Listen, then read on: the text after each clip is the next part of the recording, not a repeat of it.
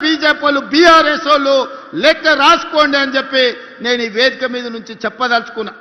విద్యార్థుల కోసం ఈ 2 ఏళ్లలో 70,000 ప్రభుత్వ ఉద్యోగాలు ఎల్బీ స్టేడియం సాక్షిగా, శిల్పారామం సాక్షిగా ఎన్నో ఏళ్ల నుంచి నీళ్లు నిధులు నియామకాల పేరు మీద తెలంగాణ ఉద్యమం జరిగితే నియామకాలు మీరు చేపట్టకపోతే ప్రభుత్వంలో 70,000 ఉద్యోగాలు మేము ఇచ్చినాం. 70,000 మంది తలలు లెక్క పెడతా. ఎల్బీ స్టేడియానికి ధైర్యం ఉంటే రమ్మని బీఆర్ఎస్ బీజేపీలకు నేను సవాలు విసురుతున్నా.